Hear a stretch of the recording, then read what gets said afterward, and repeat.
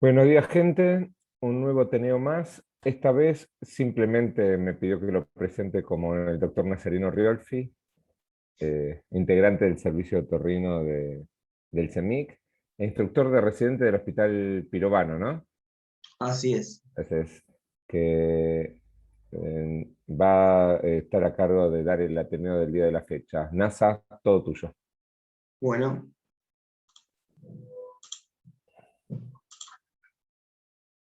ahí se ve la presentación. Perfecto. Bueno, buenos días a todos, gracias por conectarse al Ateneo. Hoy vamos a hablar del rol del otorrinolaringólogo en la orbitopatía en el contexto de la enfermedad de Graves.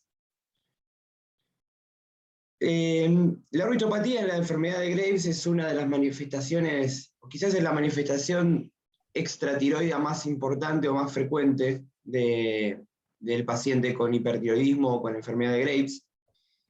Así como la enfermedad de base también es mucho más frecuente en el sexo femenino. Suele cursar con proptosis, disfunción palpebral, quemosis o sin queratosis del ojo, y puede haber diplopía tanto en la etapa preoperatoria como postoperatoria. En la clase vamos a hablar de muy por arriba de lo que es la alternativa médica para el tratamiento, y un poquito vamos a hacer un poco más de hincapié en la parte quirúrgica. En la enfermedad o la orbitopatía severa puede verse comprometida la agudeza visual por compromiso del nervio óptico, pero por suerte es bastante infrecuente.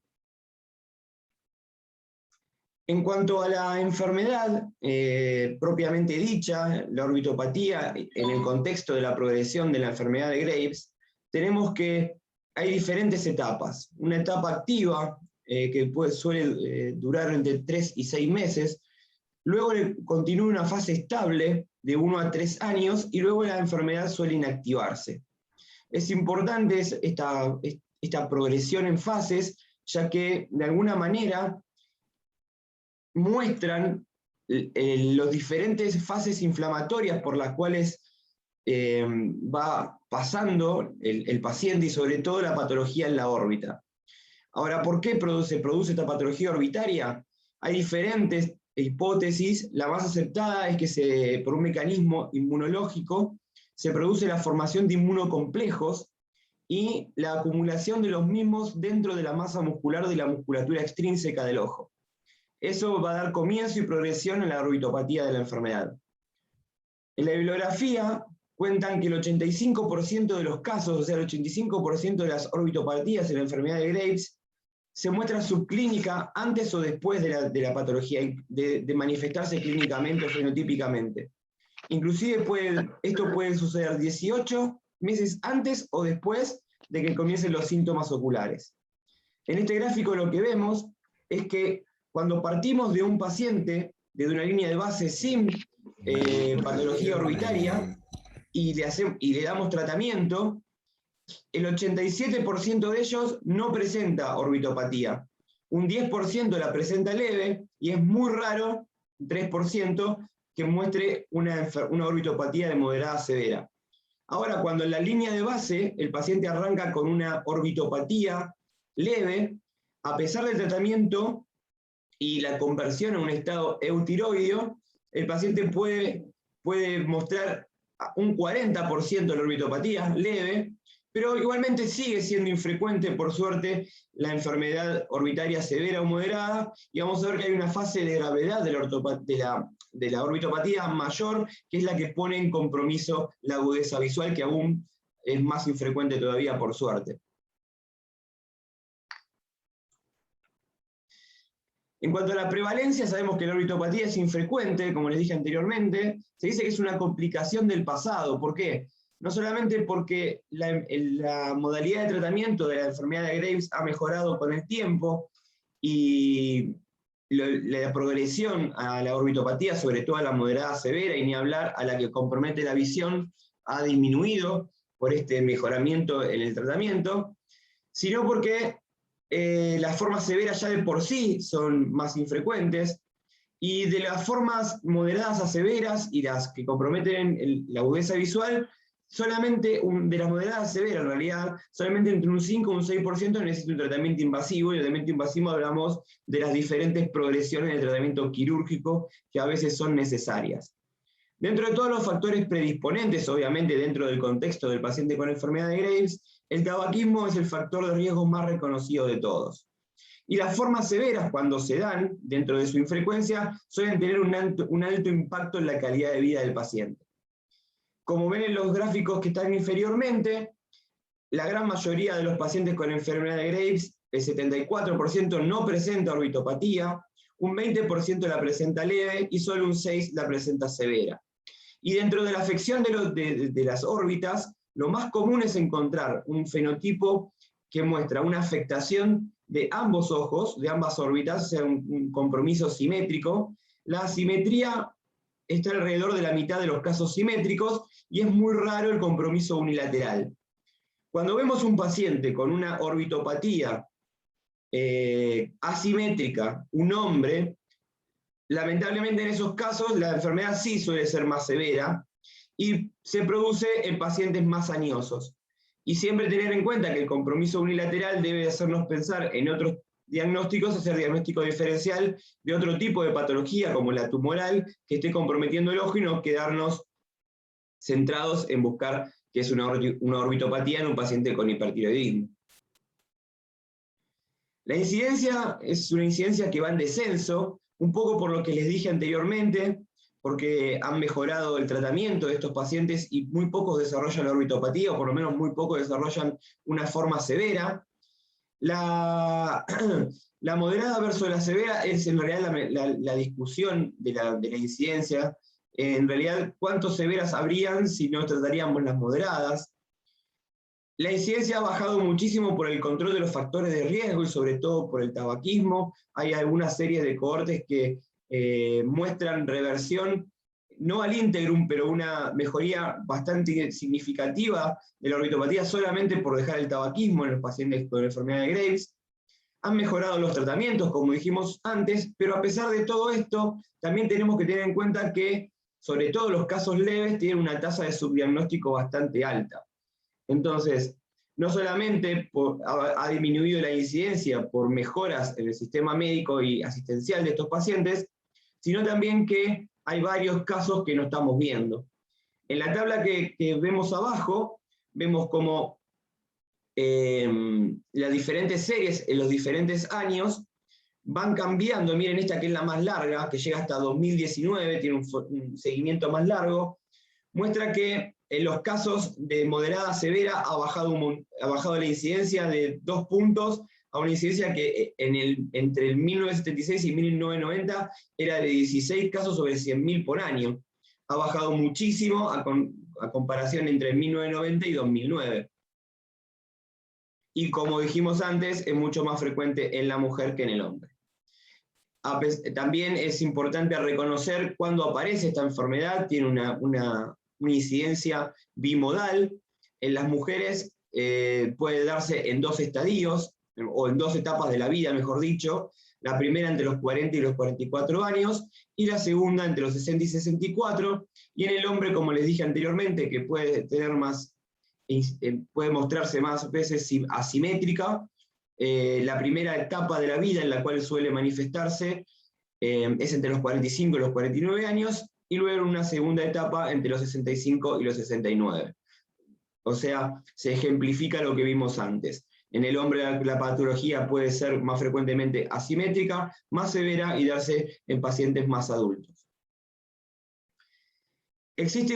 Cuando vamos a hacer el diagnóstico y la evaluación del paciente con orbitopatía de Graves, en el paciente con enfermedad de Graves, debemos tener en cuenta diferentes características del paciente, sobre todo para luego elegir la terapéutica más adecuada para cada uno de ellos. Una de las herramientas que se utilizan más, esto no es resorte nuestro, lo hace más el endocrinólogo, se utiliza el score de CAS, que divide a la enfermedad en activa, inactiva y clínicamente activa. ¿Por qué es importante que esto lo tengamos en cuenta nosotros como otorrinolaringólogos? Porque la indicación quirúrgica, que es lo que vamos a poner más fundamento en la clase de hoy, solamente puede realizarse si el paciente está dentro de la fase inactiva y clínicamente inactiva por más de 6 meses. Y una manera de comprobar esta inactividad es usando el score de case, esto, como les dije antes, nos va a ser informado por el endocrinólogo. Pero nosotros también, en el examen físico del paciente, podemos evaluar el grado de severidad. ¿Y cómo lo vemos? Ya vamos a ver que existe una manera de clasificar a la orbitopatía en leve, moderada, severa y aquella que compromete o que pone en riesgo la visión, teniendo en cuenta la presencia o no de retracción palpebral, de afección de los tejidos blandos periorbitarios, la presencia y la severidad de la proptosis, la presencia de la diplopía, que es uno de los síntomas que más tenemos que tener en cuenta. Ya van a ver por qué. La exposición corneal, que también es importante y es uno de los criterios que le da mayor grado de emergencia a la resolución terapéutica, y obviamente la agudeza visual. Y luego el grado de impacto, que lo podemos medir con diferentes scores de calidad de vida. Acá vemos la tabla del case, no hace falta que explicarla toda porque no es resorte nuestro, pero sí es interesante ver ahí lo que está remarcado, que la actividad clínica tiene mucho que ver con los síntomas oculares, y que tener en cuenta estos scores, como le dije antes, de actividad o inactividad propia de la orbitopatía, es esencial para nosotros determinar si el paciente está en condiciones o no de ser parte de un tratamiento quirúrgico. La tomografía computada es el examen imagenológico elegido para estos pacientes, y se caracteriza por el engrosamiento de la musculatura extrínseca del ojo, sobre todo del recto medio y del recto inferior del ojo. Este engrosamiento se puede medir, como vemos en las imágenes, y es fundamental para tener en cuenta si el paciente necesita o no de un procedimiento quirúrgico, y también para poder hacer de alguna manera una proyección hacia futuro para ver si el paciente tiene mayor posibilidades de comenzar con sintomatología de riesgo ocular, como la diplopía o la falta de movimiento ocular. Es muy importante tener en cuenta el engrosamiento de estos músculos, sobre todo en el área del cono orbitario, porque si ahí este engrosamiento se hace cada vez mayor, se produce un fenómeno que reconocemos como apiñamiento del ápex. Si dentro del ápex orbitario los músculos comienzan a aumentar su volumen, es muy probable que comience a haber afectación por compresión del nervio óptico, y ahí es cuando el paciente empieza a presentar desórdenes de la agudeza visual, y es cuando el tratamiento quirúrgico muestra mayor importancia y no debe hacerse esperar. Como les decía anteriormente, podemos clasificar la enfermedad en leve, moderada, severa y la que compromete la visión, y está basado prácticamente en lo que dijimos antes, en la presencia o no de retracción palpebral, de compromiso del tejido blando periorbitario y sobre todo de la diplopía y la proptosis. Ya en los casos que compromete o que pone en riesgo la agudeza visual, claramente la exposición corneal y la evaluación oftalmológica del paciente por un campo visual que nos muestre o no afectación de la agudeza visual, ya son puntos a que tener en cuenta porque el tratamiento quirúrgico se vuelve más necesario. Entonces, ¿cuáles son las alternativas terapéuticas desde el punto de vista del tratamiento médico? Primero debemos recordar que más de la mitad de los pacientes con orbitopatía de Graves leve presentan recuperación espontánea en los 6 meses. Entonces, esta espera de 6 meses no solamente es importante para constatar la inactividad de la patología y poder tomar una resolución quirúrgica, que muchas veces se produce o la indicación es estética, hay que tenerla en cuenta porque el paciente inclusive puede recuperarse espontáneamente y necesitar solamente de medidas terapéuticas poco invasivas. Por ejemplo, en la enfermedad leve y activa, el tratamiento se basa fundamentalmente en la terapia local, con lubricación y protección ocular. La suplementación oral con selenio es una herramienta que manejan mucho los endocrinólogos y trae resultados muy positivos tanto en el eutiroidismo, en lograr el eutiroidismo del paciente y en la regresión de la orbitopatía. sobre todo en los casos en donde se comienza el tratamiento con una enfermedad leve y activa, y eliminar, como dije anteriormente, los factores de riesgo, sobre todo el tabaquismo.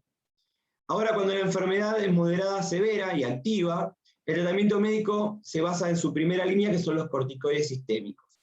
Y cuando estos no logran control de la enfermedad, sobre todo de la orbitopatía, está recomendada la radioterapia orbitaria, que puede realizarse con o sin adición de los tratamientos con glucocorticoides sistémicos.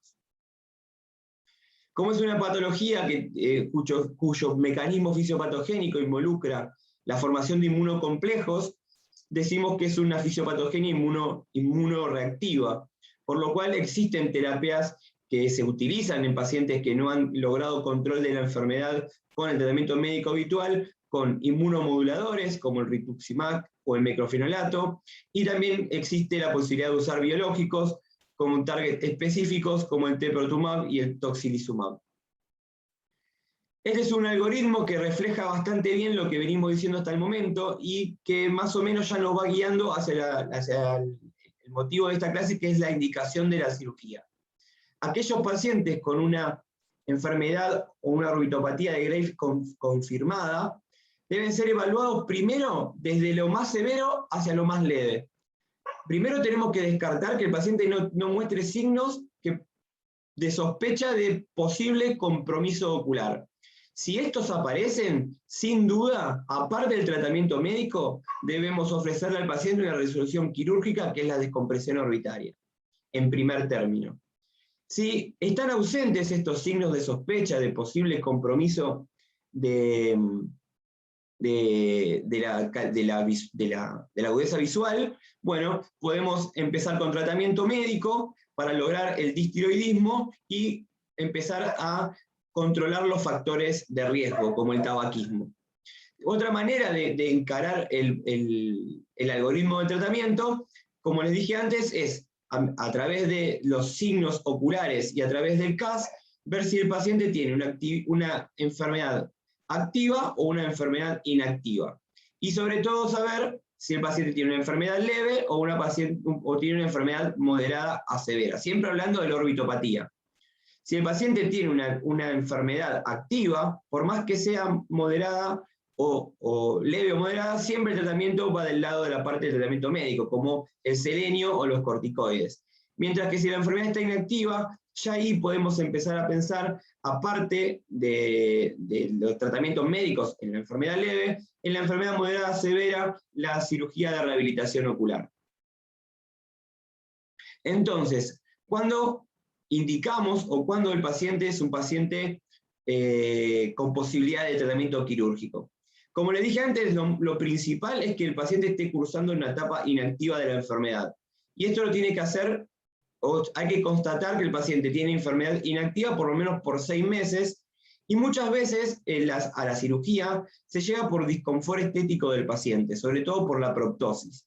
Hay que tener en cuenta que la diplopía, que está presente hasta en un 30% de los casos en el prequirúrgico, la cirugía es inefectiva para mejorar la diplopía. Por lo menos la cirugía de la descompresión es inefectiva para mejorar la diplopía. Sí es efectiva para mejorar la proptosis.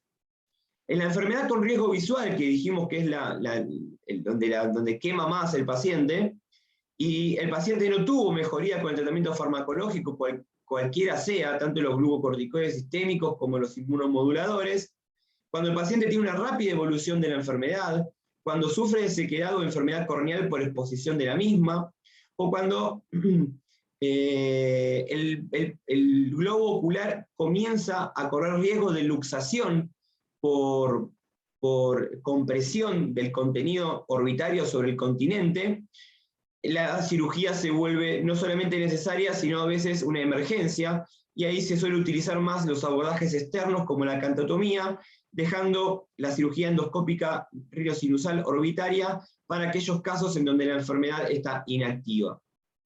Algunos puntos de recomendación, como dijimos antes, y es el más importante, y tiene un grado de recomendación 1, es que la indicación quirúrgica, la descompresión, sobre todo por motivos estéticos y por la proptosis, debe hacerse con el paciente una vez que haya logrado 6 meses de inactividad de la enfermedad. Existen diferentes instancias quirúrgicas y entre ellas hay una progresión que está recomendada. Se dice que la primera cirugía que hay que realizar es la de la descompresión orbitaria. Una vez que esta cirugía se ha realizado, hay que volver a valorar el grado de diplopía del paciente.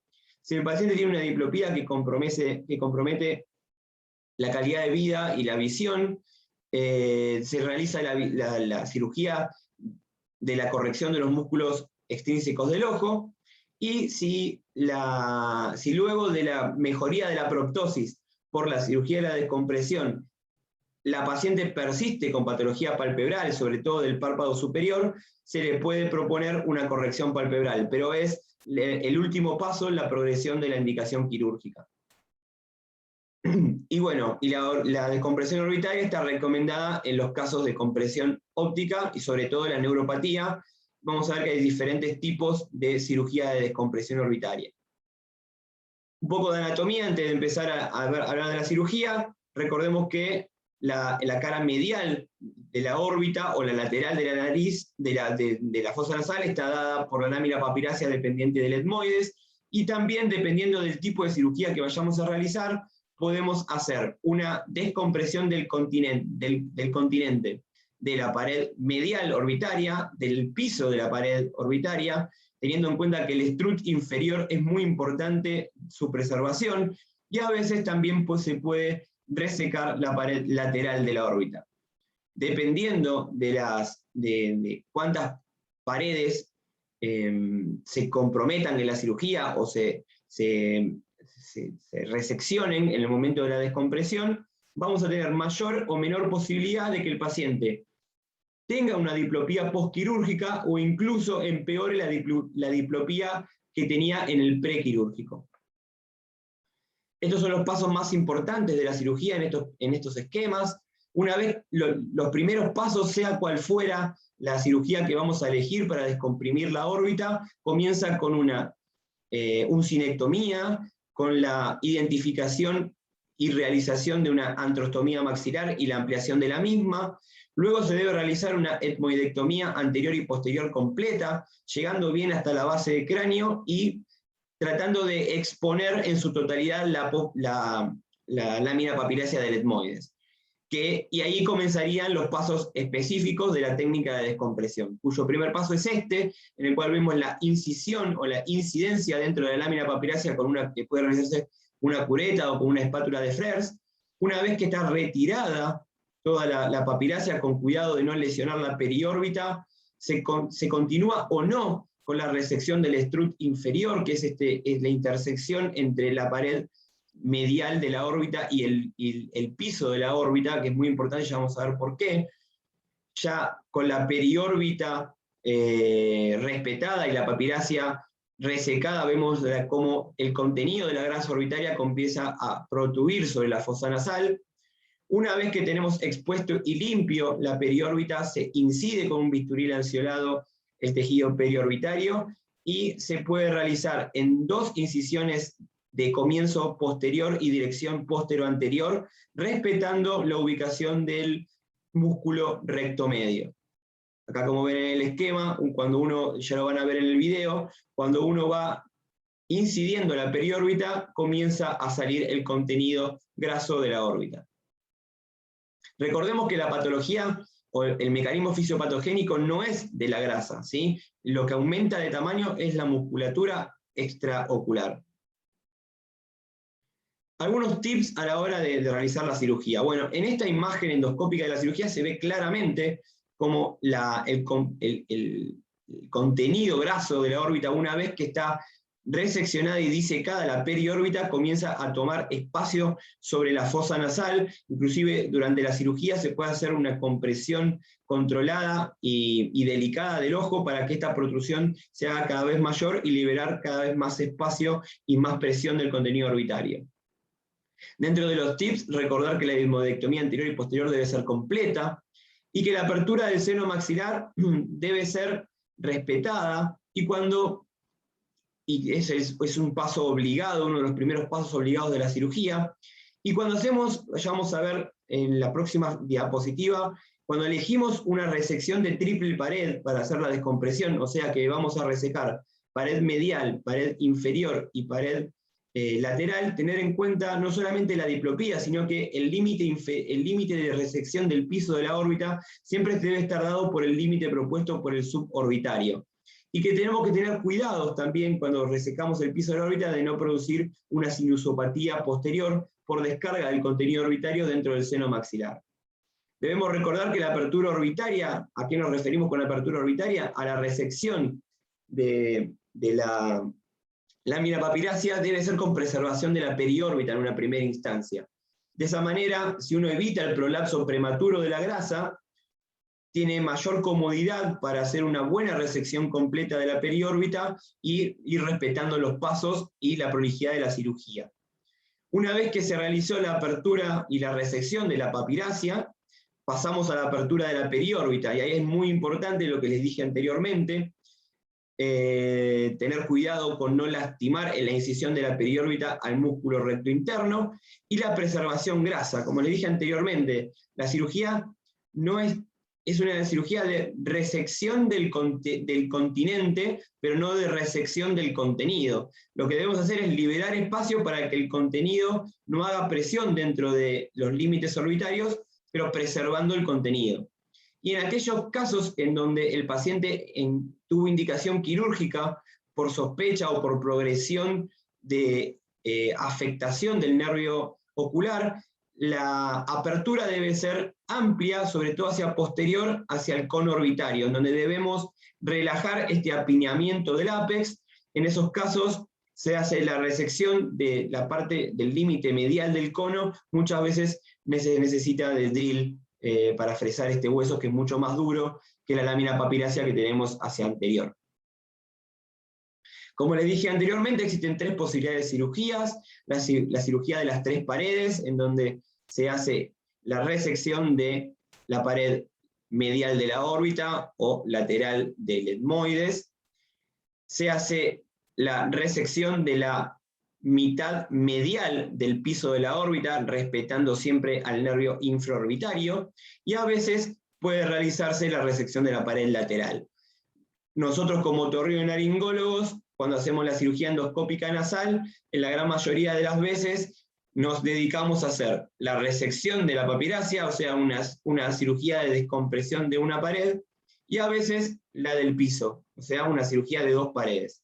Es importante respetar este reparo anatómico al cual se le llama strut inferior de la órbita, porque se ha descrito en la bibliografía que respetar este margen anatómico no solamente se ve mejores resultados de la proptosis, sino que disminuye mucho la incidencia de diplopía postquirúrgica, disminuye la incidencia de empeoramiento de la diplopía prequirúrgica, y eso es debido a que no solamente dejar este límite óseo le pone un límite a la descompresión, sino también porque se ha estudiado que anatómicamente existen estructuras anatómicas de adherencia del globo a esta parte de la órbita que lo mantienen en su lugar y evitan, por ejemplo, la subluxación del globo ocular, que es muy peligrosa para el compromiso del nervio óptico por distensión del mismo.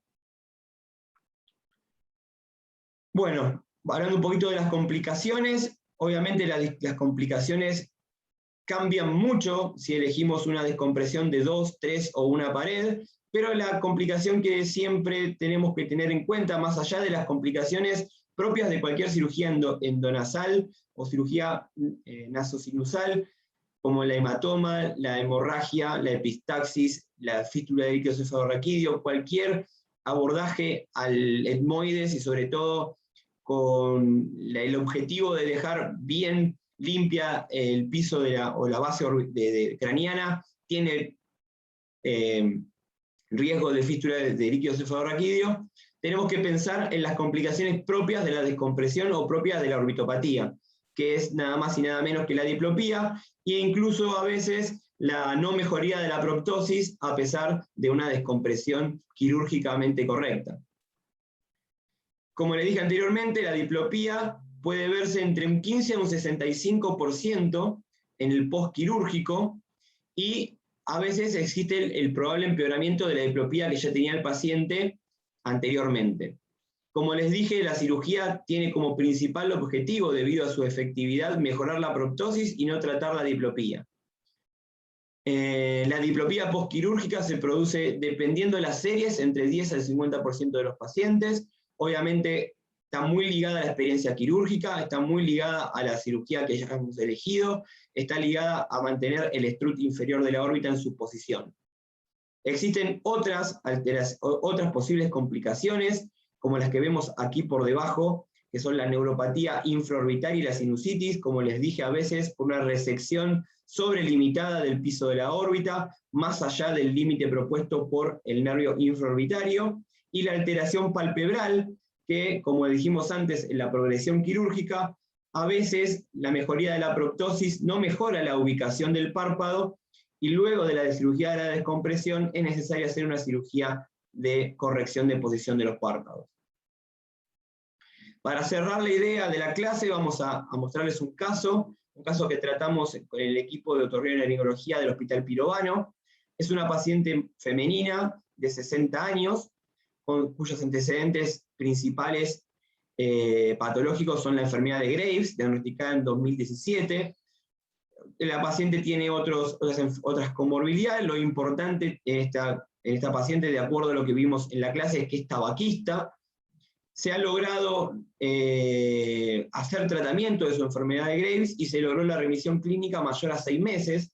La paciente no ha dejado de fumar correctamente y había empezado a mostrar signos de compromiso orbitario, como epífora, diplopía, inclusive la decisión quirúrgica en un momento se apresuró porque la paciente, a pesar de que tenía un relato inespecífico, había sospecha de que empezaba a tener algún tipo de afección ocular, sobre todo cuando el campo de visión era extremo.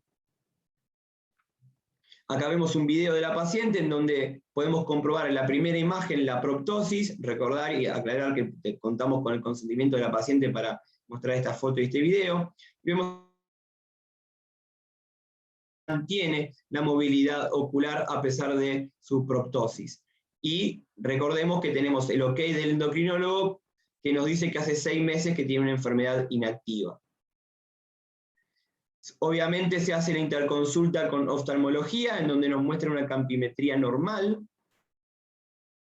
La tomografía de la paciente mostraba engrosamiento de los músculos extraoculares, sin apiñamiento del ápex.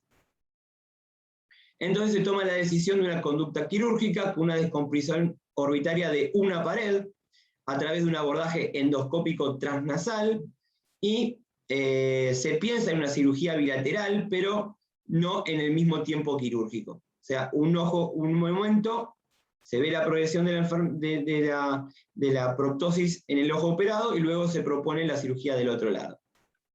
Vamos a ver el tiempo quirúrgico de la cirugía del lado derecho, vemos la exploración de la fosa nasal, y comenzamos, como dijimos antes, con la uncinectomía, la identificación del antro maxilar y su ampliación de la antrostomía.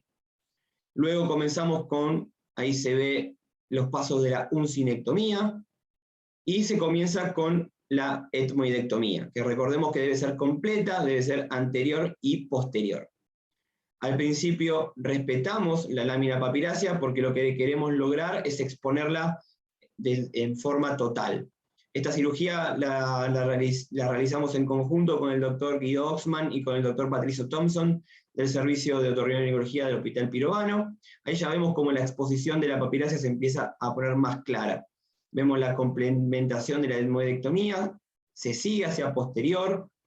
Recordar que siempre hay que hacerla de manera completa. Se barre. Es importante que se deje 1 centímetro de borde superior de la papirácea para evitar que la proptosis de la grasa, sobre todo en el área anterior, en la axila, comprometa la descarga del seno frontal. Ahí vemos la incidencia con una FRERS de la papirácea y vemos cómo delicadamente comenzamos a retirar de a pequeños fragmentos la papirácea, dejando expuesta la periórbita y sin lesionarla de manera, en este paso quirúrgico, para no provocar una proptosis prematura de la grasa y del contenido orbitario. Se continúa con la exposición de la periórbita mediante la resección de fragmentos de lámina papirácea. Ahí ya vemos cómo se ve la parte del strut inferior. En este caso, la parte inferior de la pared orbitaria era más dura, por lo cual se decide escoplar, siempre respetando aquí detrás el strut inferior, para tener una tasa de diplopía postquirúrgica menor. Ahí se ve cómo se va retirando y cómo ya la periórbita empieza a movilizarse hacia medial. Se comienza con la invasión de la periórbita con un bisturí lanceolado, siempre de anterior a posterior. A veces se puede comenzar la incisión con un elemento filoso y luego continuar la misma con un elemento romo. Esto permite tener un mayor control de la incisión y proteger el contenido orbitario. Ahí vemos como a medida que se va haciendo la incisión de la periórbita, la grasa periorbitaria comienza a protruir dentro de la fosa nasal o de donde anteriormente teníamos al etmoides. Se hace primero la incisión superior, recordando de tratar de evitar la lesión del músculo recto interno del ojo. Ahora se hace la misma incisión de anterior a posterior por abajo del anterior, y con una presión del ojo desde afuera, vemos cómo la grasa empieza a protruir sobre el interior de la fosa nasal. Se termina de seccionar esa rienda de periórbita que nos quedaba en el medio, y ahí vemos cómo la grasa ya protruye, se hace hemostasia y se ha finalizado el tratamiento quirúrgico. La paciente continúa con seguimiento tanto por otorrino, oftalmología y endocrinología. Por suerte, hasta el momento no se producieron complicaciones postquirúrgicas, mejoró la proptosis de la paciente y ahora la paciente nos pide que resolvamos la mala posición que ha quedado del párpado superior y está interconsultando con oftalmología y con cirugía plástica para una posible blefaroplastia. Bueno, hasta ahí llegamos con la clase de hoy. Muchas gracias a todos por su atención. Hola Nazareno, ¿cómo estás? Hola Carlos, buen día. Bueno, primero que nada felicitarte, muy buena la charla, muy Muchas claro y gracias. muy didáctico. Y hacerte una pregunta con respecto al posoperatorio. Sí.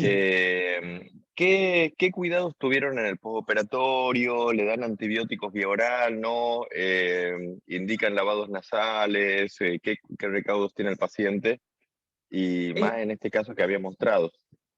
En este caso, a veces cuando vos sabés mucho mejor que yo, que tenés más experiencia en cirugía endoscópica, que cuando uno a veces no quiere y lesiona la papilacia, a veces está como más tentado a dejar un taponaje para no tener problemas orbitarios de enfisema.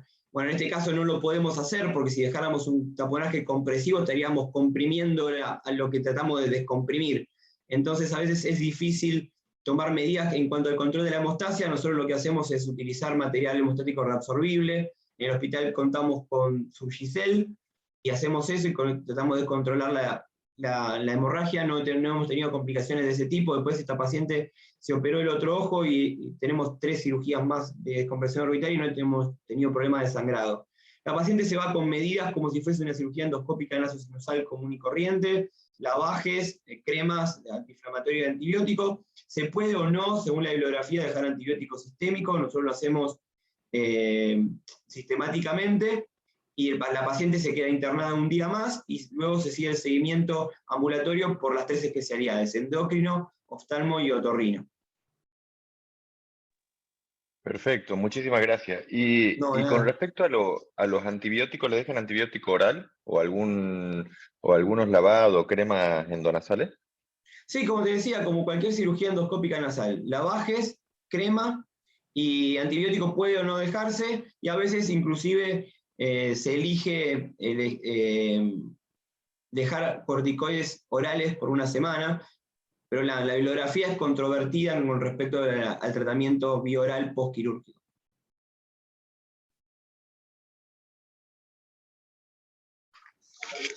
NASA, ¿al cuánto tiempo le permiten al paciente volver a sonarse la nariz?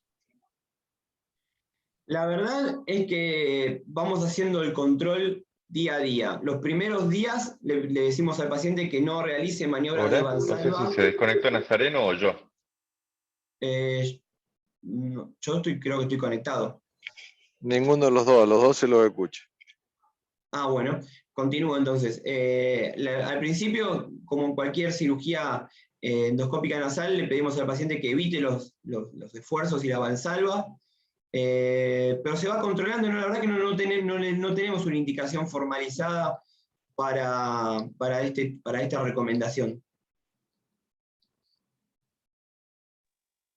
Hola, disculpa, justo me falló la señal. Buenísimo, Nazareno, muchísimas gracias y clarísimo. Bueno, gracias a ustedes y espero que haya por lo menos servido de algo y haber dejado el mensaje de nuestro rol como otorrinolaringólogos en esta patología, que es infrecuente, pero cuando están los casos está bueno participar en el enfoque interdisciplinario con el oftalmólogo y el endocrinólogo. NASA, muchísimas gracias. Muy buen fin de semana para todos. Buen fin de a todos. Un placer. Chau, chau.